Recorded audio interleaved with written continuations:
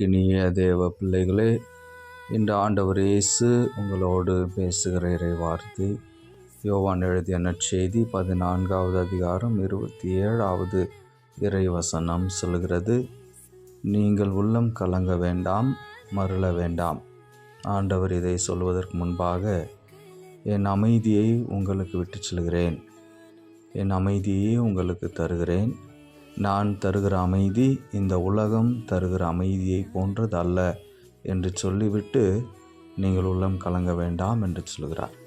பிரியமானவர்களே, நீங்கள் எதை குறித்தெல்லாம் கலங்கி கொண்டிருக்கிறீர்களோ, எதை நினைத்தெல்லாம் உள்ளம் மருளி கொண்டிருக்கிறீர்களோ, ஆண்டவரிடத்திலே ஒப்பு கொடுங்கள்.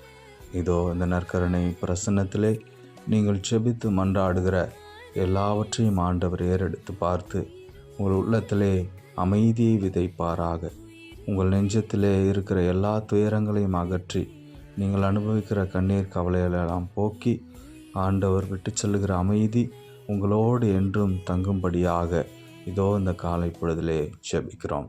ஜெபம் கேளும் எங்கள் நல்ல தகப்பனே. ஆமேன்.